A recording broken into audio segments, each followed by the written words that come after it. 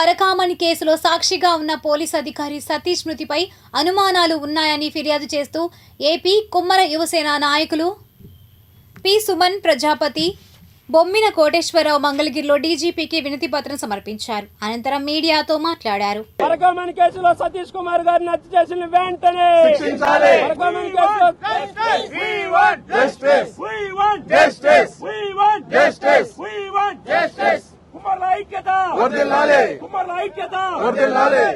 రాష్ట్రంలో ఎంత ఘాతుకం జరిగిందో గత 14వ తారీఖు చూశారు. సాక్షాత్తు ఒక పోలీస్ ఆఫీసర్కే ఇంత ఘాతుకం జరిగిందంటే సామాన్య ప్రజానీకానికి ఎక్కడ భద్రత ఉందని చెప్పేసి నేను ప్రశ్నిస్తున్నాను. మనకి ఇటువంటి హత్యలకు ఇంకా కూటమి ప్రభుత్వం వచ్చాక కూడా ఇంకా సెలవు పలకట్లేదంటే మాకు పూర్తి అనుమానాలు ఉన్నాయి. సీఐ సతీష్ కుమార్ గారిది ముమ్మాటికి హత్యే. ఇది పోలీసు వారు నిర్ధారించారు, కోర్టులు నిర్ధారించినవి.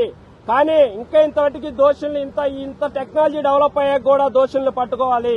కాబట్టి మేము కూటమి ప్రభుత్వానికి నారా చంద్రబాబు నాయుడు గారికి, పవన్ కళ్యాణ్ గారికి, లోకేష్ గారికి ఒకటే అనిపించుకున్నాం, అయ్యా మనం హత్య రాజకీయాలు ప్రోత్సహించే ప్రభుత్వం కూటమి ప్రభుత్వం కాదని మాకు పూర్తి నమ్మకం ఉంది. కానీ పరకామణి సాక్షాత్తు ఆ వెంకటేశ్వర స్వామి వారి యొక్క సొమ్మును దోచుకున్న వారిని పట్టించడానికి సీఐ సతీష్ కుమార్ గారు వారి యొక్క కోర్టు వాంగ్మూలం వినిపించడానికి వెళ్తుంటే ఎంత కిరాతకంగా ఇంకా గొడ్డల పోట్లు మర్చిపోలేదు రాష్ట్రం. అటువంటి గొడ్డల పోట్లు మర్చిపోలేని రాష్ట్రానికి మరొక్కసారి కూడా ఈ హత్య అందరికీ గుర్తొచ్చింది. కాబట్టి మేము ఒకటే కోరుకుంటున్నాం, పోలీసు వారిని, డీజీపీ గారిని గాని, కూటమి ప్రభుత్వాన్ని గాని, మీరు పారదర్శకంగా దోషుల్ని శిక్షించండి, దోషుల్ని ఉరిశిక్ష తీయాలి, కేసు సిబిఐకి అప్పగించాలి, ఆ కుటుంబానికి న్యాయం చేయాలి. ఆ పిల్లలు చూస్తే అందరు కూడా కన్నీరు మున్నీరు అయిపోతుంది. 5 సంవత్సరాలు 7 సంవత్సరాలు ఉన్నటువంటి ఆ పిల్లల కుటుంబాన్ని బాధలు చూస్తుంటే మా అందరు కూడా ఒక తోటి కులస్తుడు చనిపోయాడనే ఒక బాధ మాకే కాదు, యావత్తు బీసీ సంఘాలందు కూడా ముక్త ఖండంతో ఖండిస్తున్నాయి.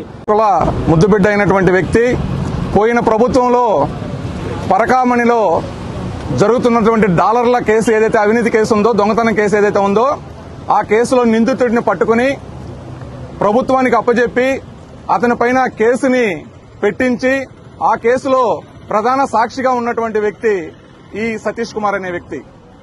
ఆ వ్యక్తి ఈ ప్రభుత్వం వచ్చినాక ఆ కేసు ఒక కొలిక్కి తెస్తూ తుది దశలో ఉన్న దశలో తరచుగా వారానికి ఒకసారి తన సాక్ష్యం వాంగ్మూలం ఇవ్వడానికి కోర్టుకు హాజరయ్యే క్రమంలో మొన్న 14వ తేదీన గుంతకల్లో ట్రైన్ ఎక్కినటువంటి వ్యక్తి సడన్ గా 1 గంట దూరం ప్రయాణం చేశాక కోమలి వద్ద రైలు పట్టాల పక్కన విగతజీవిగా పడి ఉండటం యావత్ ఈ రాష్ట్రంలో ఉన్నటువంటి 16 లక్షల మంది కుమ్మరులు జీర్ణించుకున్నటువంటి అంశం. ఆ కుటుంబం కూడా తీవ్ర బాధతో ఈ గడుస్తున్నటువంటి రోజులు ఇవి. అందులో భాగంగా తర్వాత దానిపైన వచ్చినటువంటి సోషల్ మీడియాలో కావచ్చు, అనేక రకాలైనటువంటి మీడియా మాధ్యమాల్లో కావచ్చు, ఆ కేసుని తప్పుదారి పట్టించే విధంగా ఒక ఆత్మహత్యగా చిత్రీకరించే విధంగా కూడా ప్రయత్నం చేస్తూ ఉన్నారు.